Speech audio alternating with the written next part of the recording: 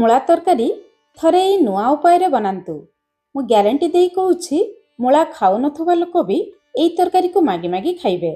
Video को शेष पर्यंत देखिबा अनुरोध रहिला। जय जगन्नाथ। मु सस्मिता आपण समस्त को स्वागत करुछि सस्मिता स्टार किचन को। मूलार ए स्वादिया तरकारी बनैबा पई एठी मुनेछि दुटी मीडियम साइज रो मूला ता सहित मूलार साग। एही तरकारी पई कसी मूला बाछिकी नेबे तरकारी खाइबा पई भल लागिबो। प्रथमे मूलारू साग को काटी बात करिबा। आमे मूला खाऊ किंतु साग को फोपाड़ी दौ। प्रकृत रे मूला सागरे मूला ठारू बेसी विटामिन्स थाए। सेतिपई आज आमे एही साग को तरकारी रे व्यवहार करिबा। प्रथमे कसी साग गुडी को बाहर करि आनिबा। तापरे नाड़ जदि टाण हो जाइथिबो नाड़ को बात करी ऊपरे ऊपरे थिबा पत्र को बाहर करि आनिबा। जदि साग पाचि जाइथिबो बेसी टाण हो जाइथिबो सेही पत्र गुडी को बात करिबा।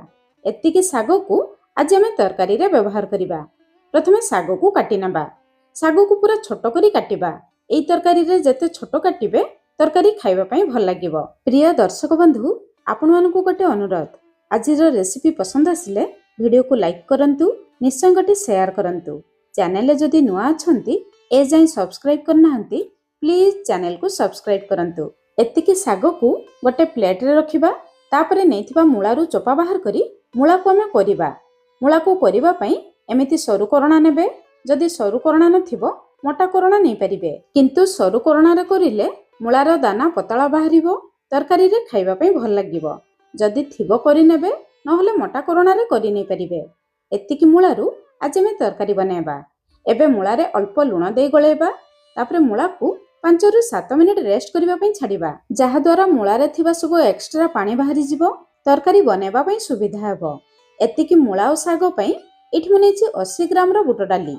आपण माने केते मूला और साग नउछंती सेही हिसाब रे डाली नेबे। एतिकी डाली को 4-5 घंटा हला पानी रे मु बतुरे देथिली। भलो भाबरे बतुरे नेबे। तापरे पानी रो भलो भाबरे छाणी ग्राइंडर जार रे देबा।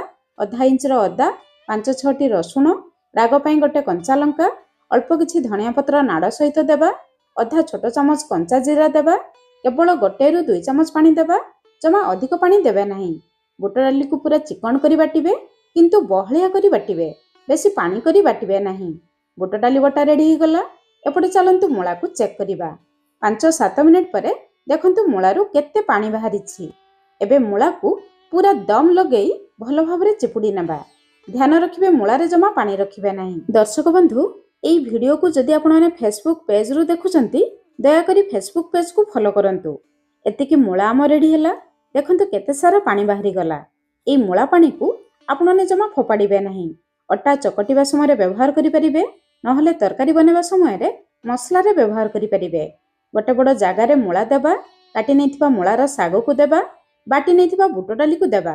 सब जिंस को देखि स्वाद अनुसार लूण देबा। आधा छोट चमच रु भी कम हळदी गुंड देबा। अल्प काश्मीरी लंका गुंड देबा केवल भलो कलर पई। एई स्टेज रे आपण माने आधा छोट चमच जुआणी निहाती देबे। मु देबा लागि भूली जाइथिली। जुआणी देले मूला साग बहुत जल्दी हजम हो जिवो। सब जिंस को भलो भाबरे गळेबा। मिक्सचर देखंतु एतिकी बहलिया रहइबो। एई स्टेज रे जदि अधिक पानी हो जिवो अल्प बेसन देई मिक्सचर रो कंसिस्टेंसी एडजस्ट करिवे। तापरे मिक्सचर रो अल्प अल्प नै छोट छोट कोफ्ता बॉल्स बनेबा। एई बॉल्स गुडी को बेसी बड़ करिवे नाही। तरकारी रे खाइबा पई भल लागिबो नाही। सब कोफ्ता बॉल्स रेडी हो गला। चलंतु ए बॉल्स गुडी को छानिबा। तेल को मीडियम हाई फ्लेम रे भलो भाबरे गरम करिबा। तेल भलो भाबरे गरम हो जिबा परे गोटी गोटी करी कोफ्ता बॉल्स गुडी को अलगा करी देबा। एकाथरे सब कोफ्ता बॉल्स देबे नाही। जतिकी आपनको कढ़ी रे धरिबो सेतिकी देबे। कोफ्ता बॉल्स देबा परे तेलर टेम्परेचर टिके कमी जिवो। सेति पई प्रथमे 1 मिनिट पर्यंत आमे गैस रो फ्लेम हाई रखिबा। 1 मिनिट परे कोफ्ता बॉल्स रो ऊपर अंश टिके सुखिला हो जिबा परे गैस रो फ्लेम लो मीडियम रखी 2 रु 3 मिनिट पर्यंत तळपट को छानिबा पई छाडिबा। 2-3 मिनिट परे देखिबे कोफ्ता बॉल्स रो ऊपर अंश पूरा सुखिला हो जिवो। सेतेबेले आमे तळपट को ओलटाइबा। ओलटाई सारिबा परे गैस रो फ्लेम लो मीडियम रखी एपट सपट करी चारिपट को लाल कलर हेला पर्यंत छानिबा। बुट डाली मूला साग सब कंचा अछि। कोफ्ता बॉल्स गुडी को जदि भलो भाबरे न छानिबे भितरे कंचा रहि जिवो। खाइबा पई जमा भल लागिबा नाही। एमिति लाल कलर हे जिबा परे आमे बाहर को बाहर करी आनिबा। बळका थिबा सब कोफ्ता बॉल्स गुडी को सेम प्रोसेस रे छानि नेबा। एटी देखंतु सब कोफ्ता बॉल्स गुडी को मु छानि नेली। देखंतु केते सुंदर देखा जाउछि। ऊपरे पूरा क्रिस्पी अछि ଆଉ ଭିତରେ ପୁରା ତୁଳା ପରି ନରମ। ଏମିତି ଭିତରେ ନରମ ରହିଲେ ତରକାରୀରେ ଖାଇବା ପାଇଁ ବହୁତ ବଢ଼ିଆ ଲାଗିବ। ଆପଣମାନେ ଏମିତି ସ୍ନାକ୍ସ ହିସାବରେ ଖାଇପାରିବେ। ଛୋଟ ପିଲା ଖାଇବା ପାଇଁ ଏଇ କୋପ୍ତା ଗୁଡ଼ିକୁ ବହୁତ ପସନ୍ଦ କରନ୍ତି। ଏବେ ଚାଲନ୍ତୁ ତରକାରୀ ବନେଇବା ଷ୍ଟାର୍ଟ କରିବା। କୋପ୍ତା ଛାଣି ସାରିବା ପରେ ସବୁ ତେଲ ବାହାର କରି କେବଳ 2 ଚାମଚ ତେଲ ଗରମ କରିବା। ତେଲ ଗରମ ହେଇଯିବା ପରେ ଅଧା ଚାମଚ ଜିରା, ଅଧା ଚାମଚ ଜୁଆଣି ଦେବା। ଜୁଆଣି ନିହାତି ଦେବେ, କାହିଁକି ନା ମୂଳା ଆଉ ମୂଳା ଶାଗ ବହୁତ ଗ୍ୟାସ୍ କରେ। ଅଳ୍ପ ଜୁଆଣି ଦେଲେ ମୂଳା ଶାଗ ବହୁତ ଜଲ୍ଦି ହଜମ ହେଇଯିବ। 2-3 ପିଞ୍ଚ ହିଙ୍ଗୁ ଦେବା। ହିଙ୍ଗୁ ଆଉ ଜୁଆଣି ନିହାତି ଦେବେ। ଜିରା ଜୁଆଣି ତେଲରେ ଫୁଟିଯିବା ପରେ ଗୋଟେ ବଡ଼ ସାଇଜର ପିଆଜ ଦେବା। ପିଆଜ ଦେବା ପରେ ଗ୍ୟାସର ଫ୍ଲେମ୍ ଲୋ ମିଡ଼ିୟମ୍ ରଖି ପିଆଜକୁ ହାଲକା ଲାଲ କଲର ହେଲା ପର୍ଯ୍ୟନ୍ତ ଭାଜିବା।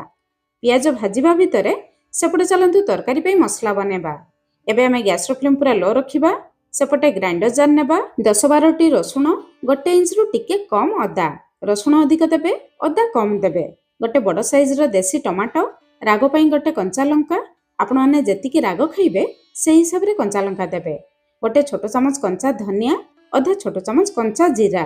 ତା ସହିତ 2-3 ଚାମଚ ପାଣି ଦେବା। ଏଇ ମସଲା ବାଟିବା ସମୟରେ ଅଳ୍ପ କିଛି ଧନିଆ ପତ୍ର ନାଡ଼ ଦେବେ। ପତ୍ର ଅପେକ୍ଷା ନାଡ଼ରେ ବେଶୀ ଫ୍ଲେଭର ଥାଏ, ସେଥିପାଇଁ ନିହାତି ଦେବେ। ମସଲାକୁ ଚିକଣ କରି ବାଟି ଆଣିବା। ଏବେ ଆମ ମସଲା ରେଡ଼ି ହେଇଗଲା। ଏପଟେ ଚାଲନ୍ତୁ ପିଆଜକୁ ଚେକ୍ କରିବା।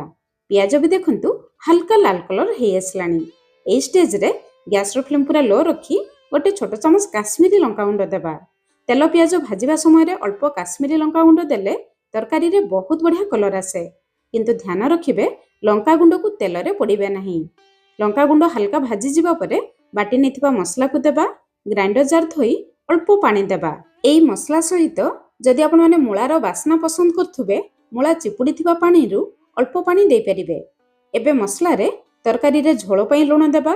କୋପ୍ତା ପାଇଁ ଲୁଣ ଦେଇଥିଲେ। ଅଧା ଛୋଟ ଚାମଚ ହଳଦୀ ଗୁଣ୍ଡ ଦେବା। ଯଦି ଆପଣମାନେ ମସଲା ବାଟିବା ସମୟରେ କଞ୍ଚା ଧନିଆ, କଞ୍ଚା ଜିରା ବାଟି ନଥିବେ, ଏଇ ମସଲା ସହିତ ଅଧା ଚାମଚ ଲେଖାଏଁ ଗୁଣ୍ଡ ମସଲା ବି ଦେଇପାରିବେ। ଏବେ ମସଲାରେ ଗୋଟେ ଛୋଟ ଚାମଚ କସୁରୀ ମେଥି ପତ୍ର ଦେବା। ଏଇ କୋପ୍ତା ତରକାରୀରେ ବହୁତ ବଢ଼ିଆ ବାସ୍ନା ଆଉ ଭଲ ଟେଷ୍ଟ ବି ଆସିବ। ଏବେ ଗ୍ୟାସର ଫ୍ଲେମ୍ ଲୋ ମିଡ଼ିୟମ୍ ରଖି ମସଲାକୁ କଭର କରି ମସଲାରୁ ତେଲ ବାହାରିବା ପର୍ଯ୍ୟନ୍ତ କଷିବା। 5-6 ମିନିଟ୍ ପରେ ଏଇଠି ଦେଖନ୍ତୁ ମସଲା ଉପରକୁ ତେଲ ଆସିଯାଇଛି। ତାମାନେ ଆମ ମସଲା ଭଲ ଭାବରେ କଷି ହେଇଛି। ମସଲା କଷିଯିବା ପରେ ତରକାରୀରେ ଝୋଳ ପାଇଁ ଗରମ ପାଣି ଦେବା। ପାଣି ଟିକେ ଅଧିକ ଦେବେ, କାହିଁକି ନା କୋପ୍ତା ତରକାରୀରେ କୋପ୍ତା ଝୋଳ ସକ୍ କରେ।